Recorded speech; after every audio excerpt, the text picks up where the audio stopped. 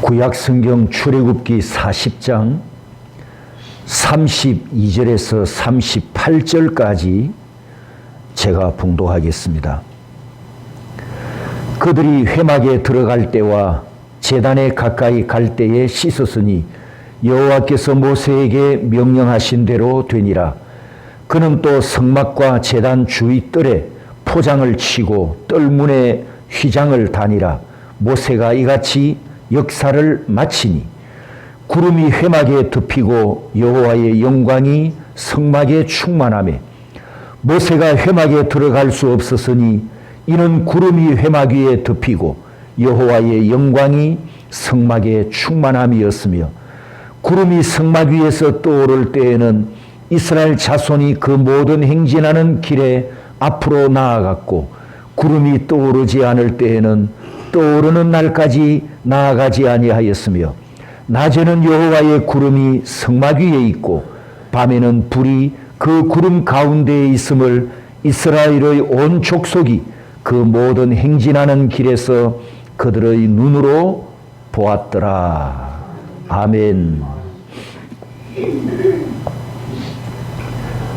1년이 넘도록 레위기를 시작하지 못하고 있다가 계속 미뤄서는 안 되겠다라는 이런 부담감이 있었는데도 불구하고 오랜 시간 출애굽기를 마친 후에 쉬었습니다. 그래서 이제 새해가 되어서 우리가 다시 레위기로 들어가 보려고 합니다. 숙제 다 하고 오셨습니까? 예, 출애굽기 38장, 39장, 40장이 레위기와 연결되는 본문들이고 또 레위기 서론에 해당되는 본문이 바로 오늘 방금 읽은 출애굽기 40장입니다. 이 레위기의 지리적 위치를 먼저 지도를 통해서 한번 보겠습니다. 자, 여기 왼쪽 밑에 있는 지도를 보시면 여기 이집트에서 이스라엘 백성들이 홍해 바다를 건너서 시나이 반도 끝에 있는 여기 시내산까지 지금 와 있습니다. 그리고 이 시내산에서 다시 위쪽으로 올라가서 이 가데스 바네아 광야에서 38년 동안 시간을 보낸 후에 요단강을 건너서 이제 가나안 땅으로 들어가는데 현재 위치는 바로 여기 시내산에 와 있다. 이 위치를 여러분이 기억하시고 오른쪽 위에 그림을 보면 애굽에서 홍해 바다를 건너 시내산에 도착했습니다. 이 시내산에 도착한 시간이 출애굽기 19장 1절을 보면 3개월이 걸렸습니다. 이집트를 떠나서 시내산까지 오는데 석 달이 걸렸고 그 다음에 민수기 10장 11절을 보면 이 시내산에서 2년 2월 20일 날 출발하는데 여기 2년이라는 뜻은 애굽을 떠난 지 2년 이런 뜻입니다. 그러면 이제 만 1년이 지내고 2달이 더 지난 후에 시내산에서 가나안 땅을 향해 출발했다 이런 뜻이 되겠지요. 그러면 이 시내산에 머물고 있는 기간은 계산을 해보면 약 9개월입니다. 약 9개월 동안 시내산 아래 머물고 있으면서 율법을 받고 십계명도 받고 그리고 성막을 건축하고 또 레위기 말씀을 받습니다. 출애굽기 40장 17절에 보면 둘째 달, 둘째 해, 첫째 달, 곧 그 달 초 하루에 성막을 세우니라. 이렇게 말씀합니다. 2절에도 보면 너는 첫째 달 초 하루에 성막, 곧 회막을 세우고 그러면 시내산 아래에 9달 동안 머물면서 모세오경 계시를 받고 그리고 하나님의 성막을 완공을 하죠. 완공. 출애굽기 40장 17절은 세웠다, 완공했다 그런 뜻이거든요. 자, 그 다음에 이제 두 번째 구약 성경에서 또 모세오경에서 레위기는 어떤 위치에 있는가를 한번 보겠습니다. 인터넷에서 이 그림을 찾았습니다만 누가 만들었는지 아주 제가 말하고 싶은 대로 아주 그림으로 표시를 잘 해놨습니다. 모세오경 5권 그리고 나머지 구약 성경 가운데 레위기가 들어가 있는데 요 작은 글씨들은 제가 나중에 오후에 카톡에 올려드릴 테니까 여러분이 참고해 보시기를 바랍니다. 레위기가 이 구약 성경, 나중에는 이제 신약까지 포함됩니다만 레위기 성경이 구약 성경의 중심을 자리하고 있습니다. 중심. 레위기에는 여러분이 아시다시피 5대 제사와 3대 절기가 기록되어 있지 않습니까? 번제, 소제, 화목제, 속제제, 속건제, 그리고 유월절, 오순절, 초막절. 5대 제사와 3대 절기가 중심인데 이 제사와 절기가 기록된 이 레위기가 왜 구약 성경에서 중심이 되느냐? 바로 레위기는 하나님을 우리가 어떻게 예배할 것인가? 예배에 대한 주제를, 예배에 대한 말씀을 우리에게 가르쳐 주기 때문입니다. 그래서 나중에 요 작은 글씨들 있지 않습니까? 요걸 집에 가서 한번 다 오후에 읽어보십시오. 읽어보시면 왜 레위기가 다른 성경들과 연결되면서 중심이 되는가? 그걸 알 수 있습니다. 5대 제사와 3대 절기를 통해서 하나님의 구원 역사를 풍성하게 증거합니다. 또 신약 시대에, 구약 시대에 예수 그리스도께서 오실 것을 예언하고 약속했으며 신약 시대에 예수 그리스도께서 오심으로 옛 언약을 성취합니다. 요한계시록에 보면 알파와 오메가 되시는 하나님, 역사의 처음과 나중이 되시는 하나님, 이렇게 표현했듯이 모든 역사를 다스리는 하나님께서 은혜로 택한 백성을 구원해내시고 하나님께서 경배와 영광을 받으실 하나님 나라를 세워 가실 것을 그림자로 보여주는 책이 바로 레위기입니다.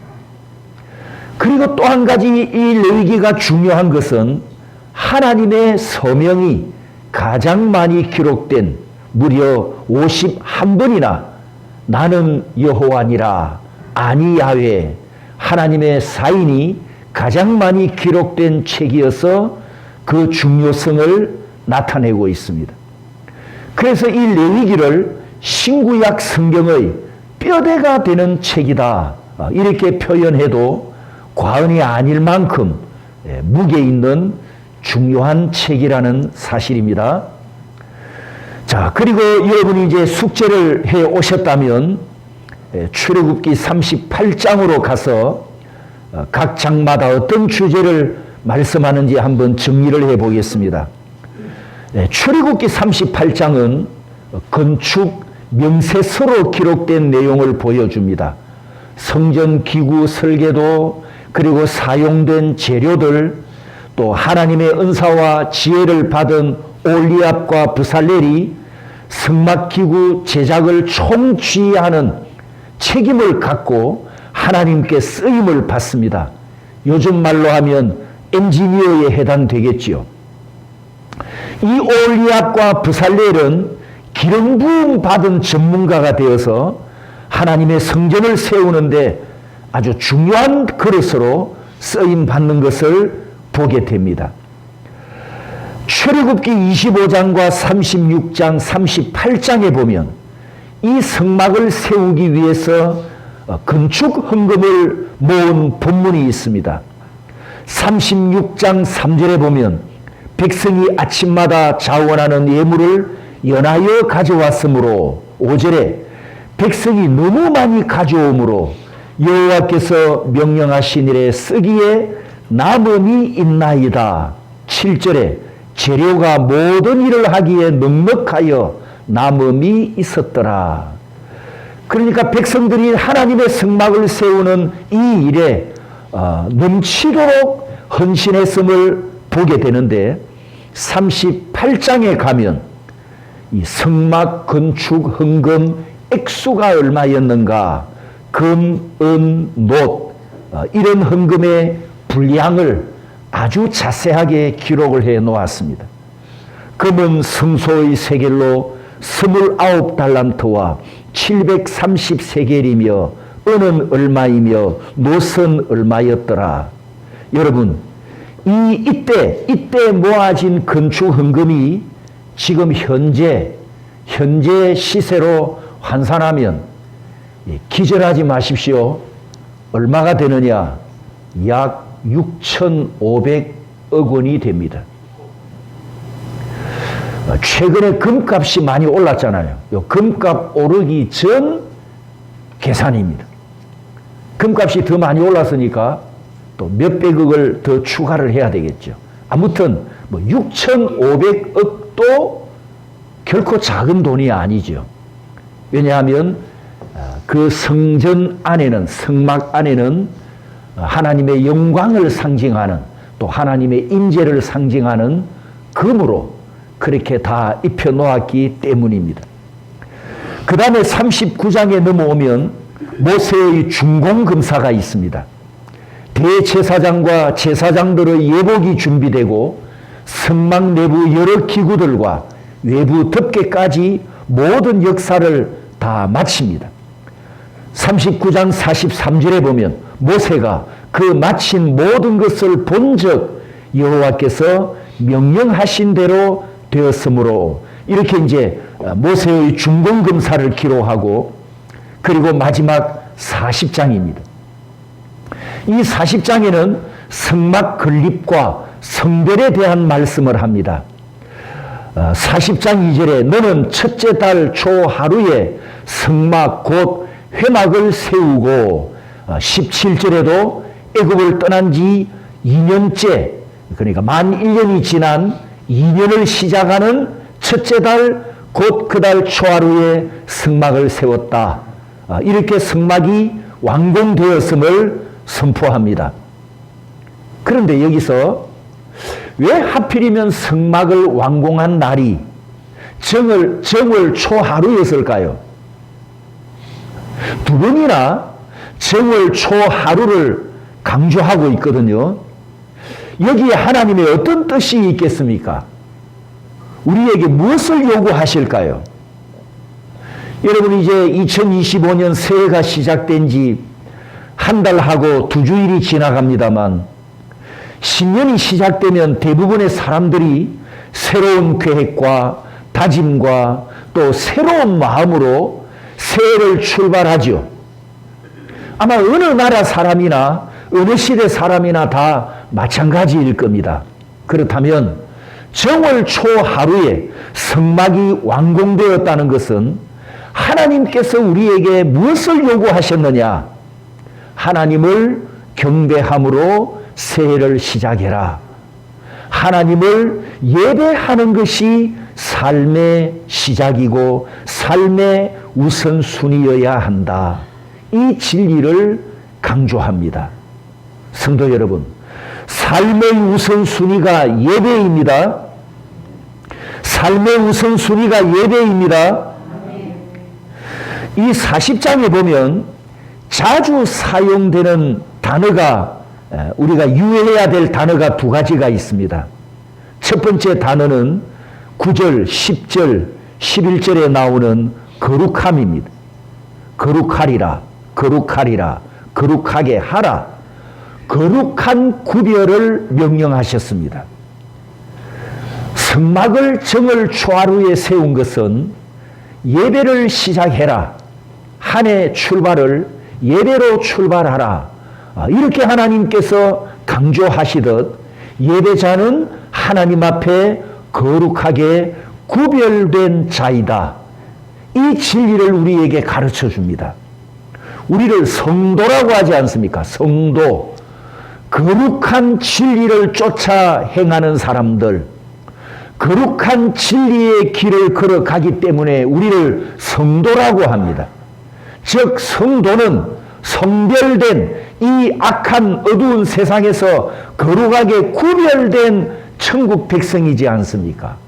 성도 여러분, 우리가 지금 이 땅에 살고 있지만 나는 땅에 속한 시민이 아니고 이 땅에서 성별된 천국 시민권자를 가진 시민들입니다. 아멘입니까? 그러므로 구원받은 예배자는 자기 자신의 정체성을 항상 기억하고 나는 세상에 살고 있지만 나는 예배자이다. 내 삶의 우선순위는 예배로 시작한다. 항상 예배를 기억하고 예배자임을 알고 하나님의 영광을 위하여 살아가는 성별된 성도로 살아가시기를 주님의 이름으로 축복합니다. 40장에서 두 번째 자주 만나는 단어는 39장에 10번, 40장에 8번 기록된 따라서 합니다. 명령하신 대로, 명령하신 대로. 이 단어를 우리가 자주 만나게 됩니다. 이 부분은 또 다음 시간에 한 번 더 강조하도록 하겠습니다. 그리고 이제 마지막 오늘 첫 시간의 결론 따라서 합니다. 임마누엘, 임마누엘. 바로 오늘 읽은 본문 32절에서 38절까지 여호와의 임마누엘을 보게 됩니다. 33절에 모세가 이같이 역사를 마치니 성막 건축을 완공했습니다 라고 보고를 마치니까 34절에 구름이 회막에 덮이고 여호와의 영광이 성막에 충만하매 하나님의 영광이 성막에 임마누엘 하셨습니다. 자, 여러분 이 표현을 출애굽기 시각에서만 바라보지 말고 지금 성막에 덮여 있는 여호와의 영광만 보지 말고 하나님께서 만드셨고 이끌어 가시는 전체 역사, 전 시대를 바라보는 넓은 안목으로 바라보면 하나님의 구원 역사가 끝날 때, 하나님의 구원 역사가 마칠 때, 그 다음에 펼쳐질 영광이 바로 이 34절, 35절입니다. 이 세상이 끝날 때, 하나님의 구원 역사가 마쳐질 때, 그때 두 광경이 나타나겠죠. 첫 번째 광경은 붉은색이 충만한 뜨거운 지옥 불구덩이를 보게 될 것이고, 두 번째 광경은 황금색이 의미하는 하나님의 영광이 충만한 하늘의 성전 새 예루살렘을 보게 될 줄 믿습니다. 그러므로 성도 여러분, 저와 여러분은 이 새 예루살렘 안에 들어갈 천국 시민으로 이미 예약되었고 확정되었고 작정된 줄 믿습니다. 38절 우리 다 같이 한 목소리로 봉독합니다. 낮에는 여호와의 구름이 성막 위에 있고 밤에는 불이 그 구름 가운데에 있음을 이스라엘의 온 족속이 그 모든 행진하는 길에서 그들의 눈으로 보았더라. 아멘. 여호와의 얼굴이 구름 기둥으로 불 기둥으로 이스라엘 앞에서 인도에 가실 때 백성들이 여호와의 얼굴을 바라보았던 것처럼 지금도 나를 구원하신 하나님 아버지께서 나와 함께 하시고 나보다 앞서 가시면서 천국으로 인도에 가시는 줄 믿습니다. 그래서 출애굽기 마지막 40장을 네 글자로 줄이면 바로 임마누엘이 됩니다. 만군의 여호와께서 예수 그리스도로 말미암아 성령으로 내 안에 임마누엘 하셨습니다. 성도 여러분, 그분이 항상 함께 하십니다. 우리는 지금 천국으로 여행 가는 중입니다. 이 천국 여정에 하나님께서 임마누엘로 동행하십니다. 밤낮으로 함께 하십니다. 그러므로 우리가 레위기를 통해서 나와 함께 하시는 하나님께, 나에게 임마누엘 하신 하나님께 나는 어떻게 예배자로 나아가서 하나님이 헌명하시고 하나님께서 영광 받으실 이 예배를 거룩한 예배를 올려 드릴 것인가? 이 진리를 우리가 레위기를 통해서 배우게 될 것입니다. 밤낮으로 하나님의 영광 안으로 들어가서 그분 때문에 즐거워하고 그분께 예배 드리는 영광스러운 성도들로 승리하시기를 주님의 이름으로 축복합니다.